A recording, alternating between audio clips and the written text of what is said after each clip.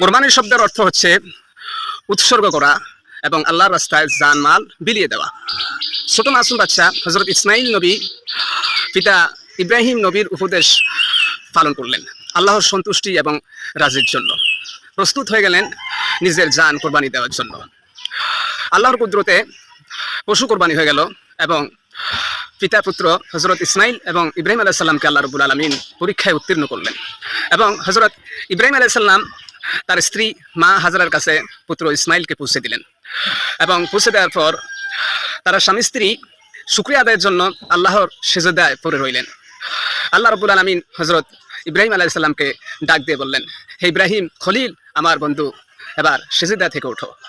ওনারা আল্লাহর বিধান পালন করলেন। এই জন্যে আমাদেরকে কি করতে হবে? কোরবানির দিন, ঈদের দিন খুব তাড়াতাড়ি কোরবানির পশু জবাই করতে হবে এবং আত্মীয় স্বজন প্রতিবেশীদের মাঝে এই কোরবানির গোশত সমানভাবে নিয়ম মাফিক বিতরণ করে দিতে হবে।